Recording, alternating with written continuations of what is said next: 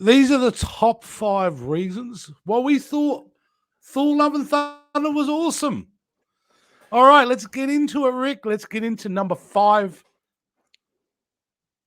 All right, mate, straight off the bat, I thought this movie was a great resolution to Thor's arc.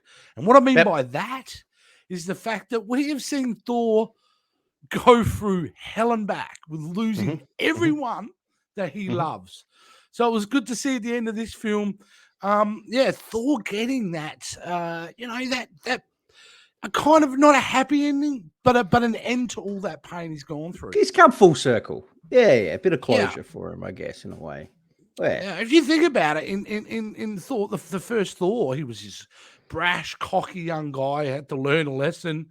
Thor Dark World doesn't get any better for him. God. Ragnarok certainly doesn't get any better for him. But in this film, even though he loses Jane Foster, remember, spoilers, guys. Yeah. Yeah. It was great. I really enjoyed the fact by the end of it, he's now adopted a young girl and away they go. Yeah. I mean, I liked it because, like you said, he was suffering a lot and suffering over a lot of loss and a lot of pain that he was going through. And like you said, it kind of came full circle because he was kind of like on a retreat, I guess, with, you want to call it, with Guardians of the Galaxy. He was in kind of like a spirit. Trying to find himself. And he explains it so well, So he's doing his little adventures and he's still in that place. You know what I mean? He's still not 100% Thor. So it's really good to see that come through in this movie. So yeah, absolutely. It.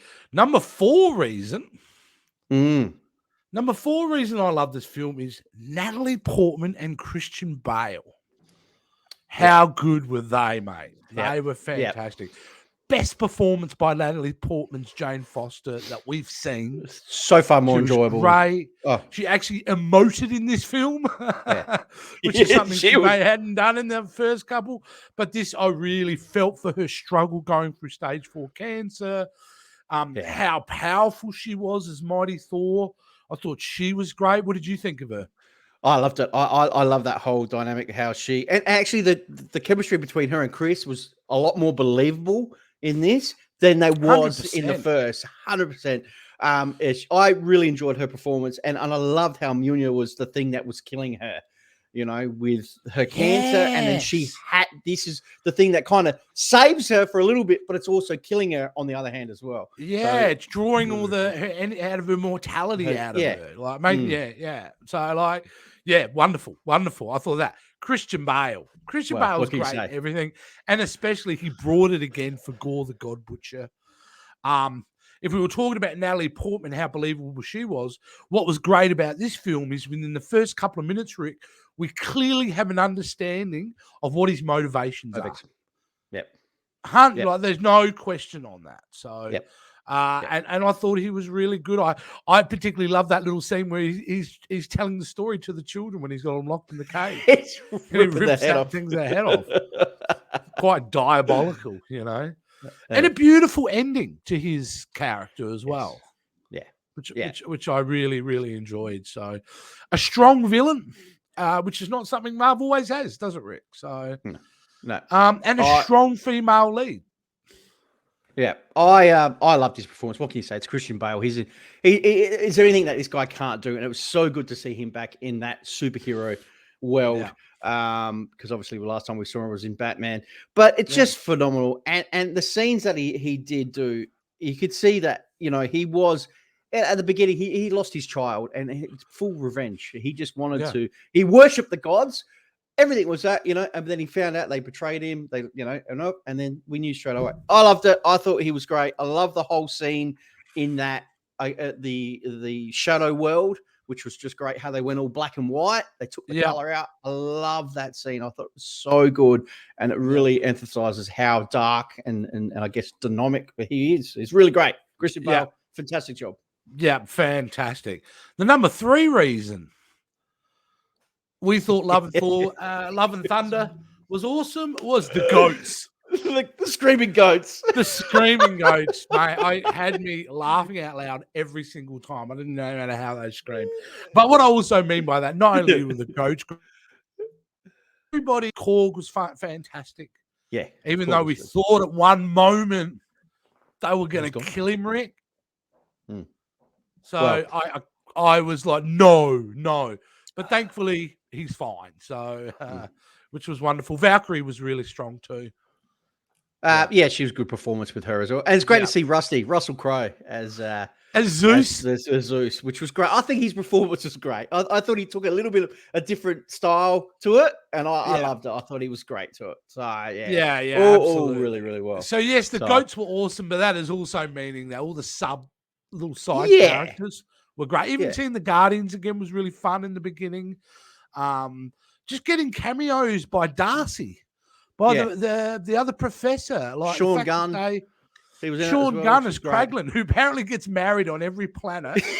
Which was cool.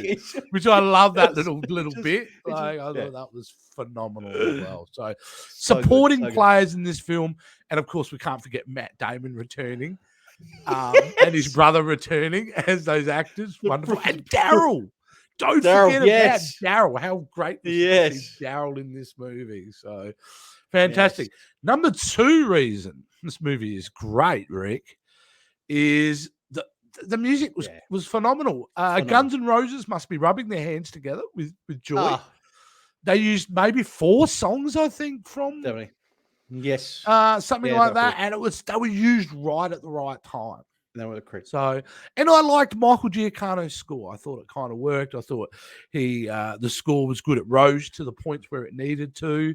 And music was great. Big tick for the music, Rick. And you're a Gunners fan, aren't you? I'm a Gunners fan as well. And they had, I liked how it wasn't just, they were just playing it in the background. It was the part of the movie, which was great. But they actually involved the Gunners into one of the characters as well. So, which was the poster on the wall, cool. was wearing a t-shirt. Yeah, and he's changed his name to Axel, which I thought was really, really cool. So, the music was really done really, really well. And they used a bit of Dio as well towards the end. Which is great. Great. So that old school, metal, so 80s, awesome, 80s hair metal. Taika did it well, just as nice. And okay, now Rick, the number 1 reason why we thought Love and Thunder was awesome. The third act was strong in my book. I love the third act. I love that fight on the little moon that they had. And I especially love that the kids who were literally throughout the film, just the victims, the things that have to be saved, actually played a part in, saving themselves, And I thought that was wonderful. I especially love that little girl holding out with a teddy. With a teddy holding out and shooting out lightning. I thought it was very cute. But strong third act, Rick. Yeah, solid. I liked it. That was probably out of the whole of the movie. I really enjoyed that act. I thought that was so good that they involved the kids.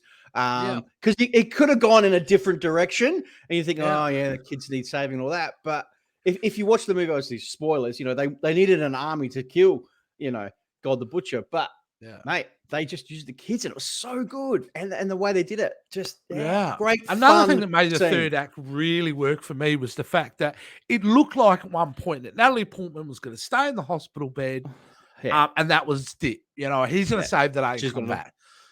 The fact that she comes into it, that she empowers herself to make the choice to get involved and to help save the day was wonderful. And I thought it was really brave and really great that she actually she dies. She sacrificed herself for everyone. Yeah. You know what I mean? Which I really loved. And I loved the fact that Gore, when faced with eternity and how good did eternity look, he just wanted his daughter. He chose to wish his daughter back. Yeah. And I thought that was beautiful as well. I thought it was a great way to end his character as well. So, I thought it ended very strongly for me, enough that I go, any problems that I may have with the film, I think were kind of overridden with that very strong ending to the film.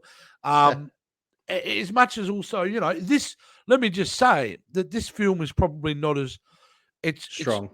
If I'm going to, as strong as Ragnarok for me. Yeah. But still a beautiful film that I can't wait to rewatch. I think this is a film that I will probably put on quite a bit, when it comes out on streaming. So overall, Rick, great. overall, like you said, a lot of people are probably going to compare this with Ragnarok. But look, I enjoyed it. It had some great scenes. It was comical. It was funny. And that's what it is. If you want to go in there and you enjoy the movie, enjoy it. And it is definitely, like you said, a rewatchable movie. So it just, take it for what it is, guys. Enjoy what it is. It's a good movie. So great. Well, that was our yes. Well, that is our top 5 reasons why we thought Thor Love and Thunder was awesome. All right. So, Rick, if they want to subscribe or they want to get in touch with us, especially on TikTok or YouTube, how do they do that, buddy?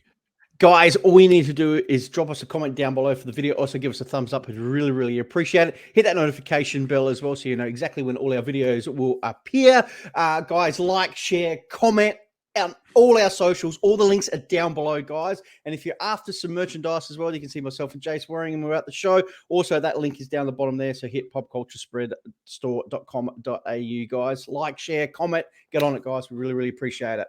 Fantastic, guys. We'll see you soon.